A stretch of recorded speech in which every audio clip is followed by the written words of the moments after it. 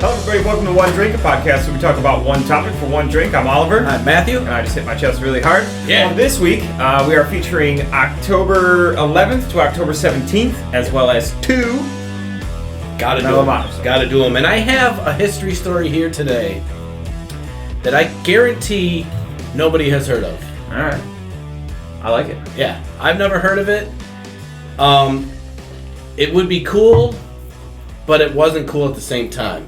Okay. So that'll be alright, so one of those kind of depends on the way you look at it. Yeah. Or whether you got screwed or not Yeah, in this exactly. situation.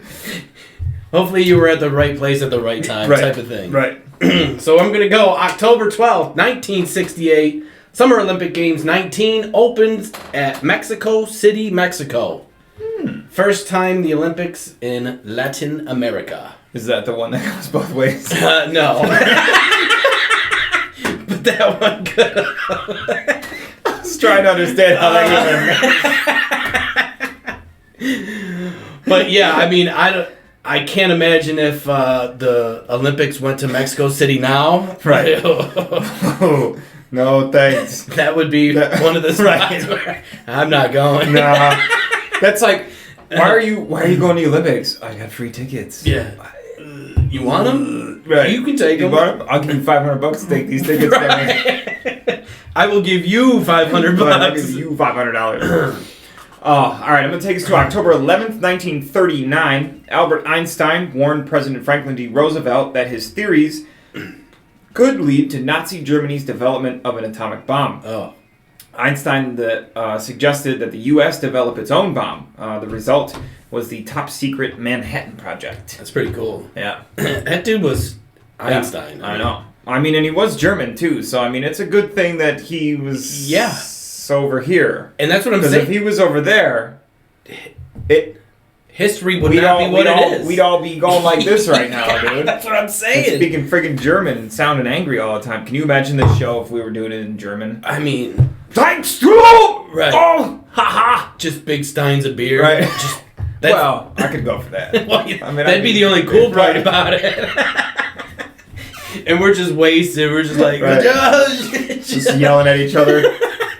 But it's actually funny. It sounds like we're cursing each other's mothers out, and we're actually laughing. It's such an angry language. It is. It is. Okay, this one is for everybody. October 14th, 1957. The Everly Brothers single. Wake up, little Susie, wake up.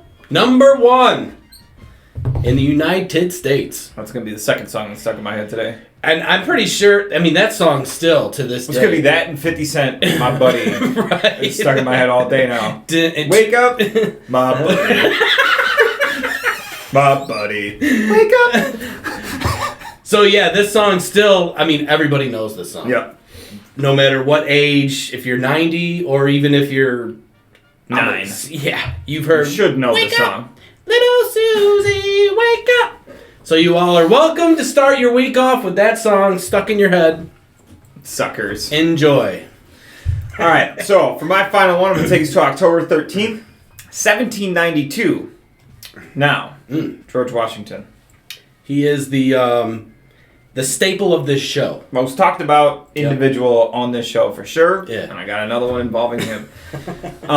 The cornerstone of the White House was laid by George Washington himself. Mm-hmm. The building, located at 1600 Pennsylvania Avenue, is 3 stories tall with over 100 rooms. Oh, that's cool. And was designed by James Hoban. In November of 1800, President John Adams and his family moved in. The building was first known as the Presidential Palace, but acquired the name White House about 10 years after its completion. It was burned by British troops in 1814, then reconstructed, refurbished, and reoccupied in 1817. Damn. Yeah. So George Washington never actually got to be in it. Oh, that's so... It's like you lay the first brick down of a building, and it's just the staple of the United States, you know, right. the White House. Yeah. Like, and for him, I mean, come on. I know. That would have been... that's the worst. Yeah, laying down the first brick, being the first one in it. You know what I mean? Like, how many things can the guy have? He was probably pissed, too. Oh. He was probably at some crummy apartment down the street. He was extremely pissed. Yep. He was like, man, son of And you know, in his mind, he was like, this thing's going to be around for quite some time. Yeah. And I'm not going to be able to stay And I'm never going to be able to stay in it. You know, he did something. There's something there that he at least did. You know, like how people put their handprints in cement or something. Yeah. Damn, I feel bad. There's probably some brick somewhere that says, "This is my house, bitch." Yeah. GW. Oh, that'd be so sweet to find that. That's my shit. I am. This is my shit. Yeah. Okay, here we go. This is what I was talking about earlier. October 17th, 1814. The London beer flood. Beer flood. Beer flood. A flood of beer. A flood of beer. I'm in. Yep. Was an accident at the Mew and Company Horseshoe Brewery in London. Mew, I think. Mew? Is that I don't know. Maybe. I mean, if I was going to say it, I would have said M-E-U-X. Which it's not Mew. Probably Mew. Yeah. It took place when one of the 22-foot tall wooden vats of fermenting porter bursts. The pressure of the escaping liquid dislodged the valve on another vessel and destroyed several large barrels. Between 128,000 and 330,000 imperial gallons of beer were released in total, killing 9 people, unfortunately. Just beer. So the best day ever of beer. So people are just scooping. Bailing beer. Running home with buckets. Yeah. Except for the 9. Mm-hmm. Except drowned in beer. Or got crushed by something. Boy, that sucks. Death by beer. Death by beer. Not even hammered. No. You're not. What happens if you drown in beer? You get drunk first? I'm assuming before you go? Just die wasted? Yeah. So you're just like, oh shit. Oh, you go up for a little bit of air, but then you're like, I'll take another sip. Keep swallowing. And now you're dizzy. You're like, oh, fuck. That's a lot of fucking beer, though. Yeah. 300,000 gallons of beer? The old London beer flood. Golly. Which now all of you know, and I don't think that'll ever happen. Well, what if the Genesee Brewery... Yeah, but it's all metal and stuff, though. And yeah. You know what I mean? They got pressure valves all over the place, and they know if something ain't right. Do you think they have more than 330,000 gallons? No. Maybe. I don't know. Yeah. I don't know. It would just go right into the river, though, and then... Right. Genesee River, have some Genesee beer. It probably would make the river a little better, unfortunately. Might clean it up a little bit. The alcohol might detoxify it a little bit or something. Okay, so it's time. Medal of Honor, baby. Let's do it. Medal of Honor. I'm going to start it off. Vietnam War, U.S. Army. Private Louis Edward Willett. Willett distinguished himself while serving as a rifleman in Company C during combat operations. His squad was conducting security sweep when it was made contact with large enemy force. The squad was immediately engaged with a heavy volume of automatic weapon fire and pinned to the ground. Despite deadly fusillade... What's that? Fusillade? Fusillade. Am I saying that? I don't know. Wrong? You had that word last week in the show, too. Fusillade. Whatever that is. I want to say maybe it's oil. Yeah, fusillade. I don't know. Willett rose to his feet, firing rapid bursts from his weapon as he moved into position from which he placed highly effective fire on the enemy. His actions allowed the remainder of his squad to begin to withdraw from the superior enemy force toward the company perimeter. Private Willett covered the squad's withdrawal, but his position drew heavy enemy machine gun fire and he received multiple wounds, enabling the enemy gain to pin down the remainder of the squad. So he just jumped up, he took the heat for all his squad, and then his squad... So fusillade. Yeah. A series of shots fired or missiles thrown all at the same time or in quick succession. Wow. So it's like a barrage of fire. Yeah. Which makes it even more... Yeah. Holy cow. Yeah. So now I'm never going to forget that word. Yep. Awesome. And that's crazy at the same time. Private Willett struggled to an upright position and disregarded his painful wounds. He again engaged the enemy fire with his rifle, allowed his squad to continue its movements to evacuate several of its comrades who were now wounded. Moving from position to position, he engaged the enemy at close range until he was mortally wounded. By his unselfish acts of bravery, Private Willett ensured the withdrawal of his comrades to the company position, saving their lives and the cost of his life. Private Willett's valorous actions were in keeping with the highest traditions of the U.S. Army and reflect great credit upon himself and the armed forces of his country. So that one guy, again, another one of these Changed stories. the whole outcome. The whole scenario. He gave it up for all his wounded soldiers and all his soldiers in his platoon to survive. Yep. One guy. Yep. One guy. Whew. And his actions. It's crazy. Can have such a dramatic effect on so many things. You know what I mean? A mission is a success because of one guy. Yeah. You know what I mean? Or 10 people don't die. Right. Because of one guy. You know what I mean? And he did it. He was there to win. Yep, for sure. So I got another one real similar to this guy. Mm-hmm. His name is Private Pedro Cano. Yeah. U.S. Marines, World War II. I feel like we haven't had one from the Marines in a while. No. On the afternoon of the 2nd, American infantrymen launched an attack against German emplacements, but were repulsed by enemy machine gun fire. Armed with a rocket launcher, Private Cano crawled through a densely mined area. Sheesh. So he's crawling with a rocket launcher through landmines. And you don't know where they are. No. Yeah, no thanks. So he was crawling through a densely mined area under heavy enemy fire and successfully reached a point within 10 yards of the nearest emplacement.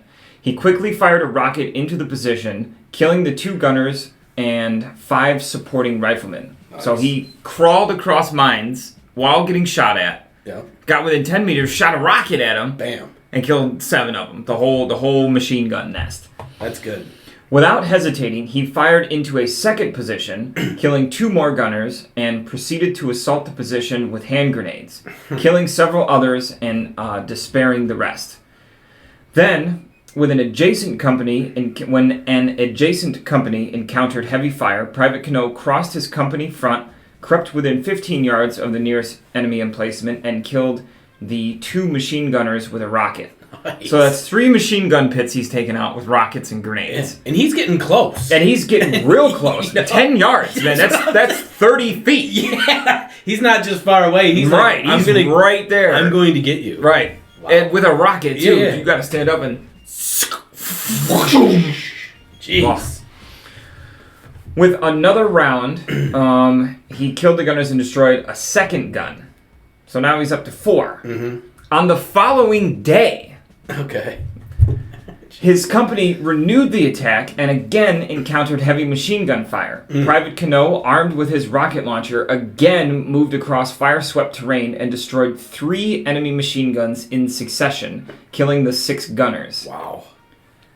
2 days in a row. Yeah. He got a total of 7 machine gun nests. So this dude is like a professional rocket launcher. Apparently. You know what I'm saying? He's the best rocket launcher. That was his weapon. Fuck, man. Private Cano's extraordinary heroism and selflessness above and beyond the call of duty are in keeping with the highest traditions of the military service and reflect great credit upon himself, his unit, and the United States Army. That is badass. Dude. And he lived. That's awesome. And they won, and it. And you got to think, back then, those rocket launchers weren't, what they are. They're not these tiny little ones where you can just kind of throw them on your back and just go. It had to have been, the box. Right. And, he's crawling through mines. He's just like, what? Right. While getting shot at. And then he's lobbing grenades. This dude's he's an animal. He's like Gun. Right. I got a rocket. I don't use a gun, you pussy. Never once did it say that he even shot a gun. No. He's like, I launch rockets. And throw grenades. And I take out... I'm that guy. I take out platoons. Right. Not just individuals. Right. Nuts, man. That's a good one. The guy's nuts. I like it. Yeah, and he lived to find another day. Good stories. I like it. Yep, they're always good. Whew. Always good. Damn. So, yes, that is our one drink for our history show. Yep. And Medal of Honor. Yeah. Great stories. Yeah. I liked them. Yep. We got an awesome show coming up this week for you guys. Dude. We have 2 guests coming on. They are a couple friends of mine. They're starting up their own podcast here in Rochester. Mm-hmm. And my buddy Kyle called me up and he was like, hey, man. He's like, I'm starting up a podcast. I like it. give me the bare necessities. What do I need to get started? What should I get to get started? And I think we know a little something about that. We know exactly what not to start with. Yes. Correct. So I basically leapfrogged them probably 3 stages ahead from where we started. And that's where I got them. And this is going to be a local podcast. Local podcast, yep. Yeah. Not sure exactly what the topics are going to be. You're just going to have to wait and find out. Yep. Watch the show on Wednesday. But don't forget, you can catch all of our full-length shows, including this one where we will tell our origin stories here at One Drink Podcast. We'll hear how their journey has started so far. I like it. And we'll give some tips and tricks along the way that we've learned. Some hard knocks, some... We're still learning. Oh, yeah. We're still learning. We just had audio issues last week where the whole show didn't have any audio. You want to know why? Because I had an update on the software that we used to record this, and it reverted everything back to default. So check your default settings. It's cool. At least now we're getting guests, so we're doing something right. You know, it's also cool. Got a camera here. Got a camera here. Yep. We're loaded now. Loaded for bear, baby. And we don't have a $1 tablecloth hanging behind us. God. But 2 $1 tablecloth, different colors. Yes. Different colors. Yeah. 2 different shades of green. But don't forget, guys, you can definitely check out all those shows every Wednesday, as well as all these history and Medal of Honor stories every Monday on both Facebook and YouTube. Yep. And don't forget, just share with one person. Yep. Just one. That's all you got to do. That's all you got to do. That's all we ask. That's all we ask. And share it with your mama! Please! Please! And don't forget to hit that sub button and click on the bell notification to be the first one notified when our new episodes drop. Yep. Until next time, guys. See ya! Cheers! What's up, guys? Matt and Oliver here from One Drink Podcast, and today we have a special shout out for you. Yes, so if you are out and about in Rochester and we see you wearing one of Alex's shirts, hoodies, anything, we will buy you one drink, we'll take a picture, and share it on both social medias. Yeah, and both Gods and Gladiators and One Drink Podcast. Yeah, share the love. Share the love.